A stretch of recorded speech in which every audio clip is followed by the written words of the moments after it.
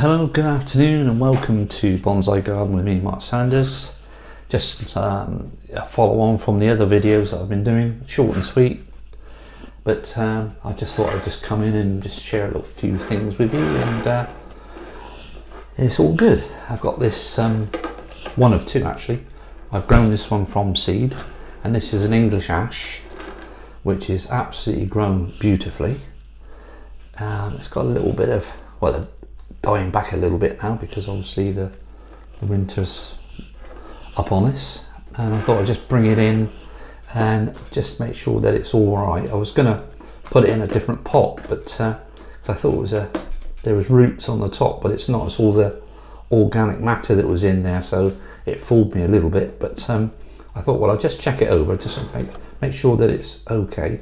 There's a few surface roots there, but I don't really want to go taking it out of its pot at the moment. So, because that seems all right. So I just thought I'd just give it a bit of a spruce up, tidy up, take any dead leaves off, check it over, and then it'll sit outside because obviously, you know, it's used to our climate. And I've got two of those, and I thought, well, I'll give it a go. I just picked up the seeds. I was visiting a garden somewhere, a big garden with a big stately house, and there was lots of seeds around, so I was just picking them things up. And I thought, well, I'll just plant these, see what happens, and Bob's your uncle. There you go. So I've got two of those. I've got one in a bonsai pot, and I haven't done this one yet. So I haven't really made my mind up what I want to do, but it's got its own little natural shape actually in the trunk, and it's starting to thicken up. So I think once it gets to we get to spring, and then I'll pop that into probably a bigger pot, maybe trim the roots down because the roots are taken off pretty well. And then we'll go from there basically and see what I can do with it. There's new bud right on the top, so that's coming on nicely. Got some nice new leaves already, so it's all good. You know, I've been well chuffed. Some things haven't grown, some have. The seeds, I've got some seeds up there. And you can't see them. That's the ones I was talking about the other day, and they have sprouted, but you can't see them. They're so tiny, so they're just left up there. It's warm there, and I usually put them back on the windowsill when the sun comes up, and they stay there all day, and then put them back up there in the evening. And all my other ones, seeds, they seem to come and go, especially the pine ones.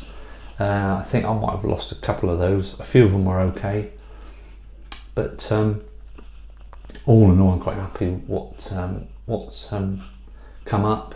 And you know, it's all a big journey, really, isn't it? All this kind of stuff, bonsai. I've got my little Chinese elm there, deciduous tree, obviously, because the leaves have come off now. But when that comes back, that'll look lovely. That one I had 2018-19, I think, and I got that from Devon Bonsai. I went down there and picked that one up. Wasn't very expensive, only a little tiny little thing, and it's come on beautifully, really good. So well chuffed for that one. But anyway, that's the English ash. I know they get a lot of problems with dieback on the leaves, and that this one has got a little bit of it. It's lost half of it. But apart from that, you know, it's the time of year, we've got new growth, and everything looks hunky-dory. It's got good soil in there with some volcanic rock and everything, so got a good mixture, and it's obviously it suits it well, so it's doing great guns. So that's just another quick video on the English ash, just a little check over, just check it, make sure that it's okay. There is a lot of roots in there, so by the spring we'll be ready to take that one out of the pot and put it in a nicer pot, so it'll feel more comfortable, and then we can go from there. So that's another good one. And see what happens anyway. So little video, nothing too interesting really, but I don't know if anybody else has grown any English ash or oak trees. Oak trees I've had great success with. A lot of them I've got down there ready to plant out in the wild. There's a lovely little little forest down the road, and I'm going to find a nice clearing there. You've got to be careful where you plant these things out. So one nice little clearing, if there's room for some young trees, then I shall pop them down there, and you know, just to help with the you know, the environment, because I think if we can all do a little bit, it's a lot, isn't it, with all the things that are going on at the moment in the world. So, you know, I try and do my little bit, and you know, it's been very successful, and they're lovely little oak trees. Some of them I'm going to keep for myself, and I've got some horse chestnuts. I know you've got to be a bit careful where you put those with livestock and all that kind of thing, and dogs and things, because if they pick them up, they don't agree with them very much. You know, they can make them seriously ill, and horses and cattle and things like that. So they got to be careful where they're put, and I'll always ask advice, and if I'm going to go to a little forest, I'll ask permission before I do that, and make sure that it's okay to do it. And if not, give it to a local charity who plants out trees, and then they can sort the planting out themselves.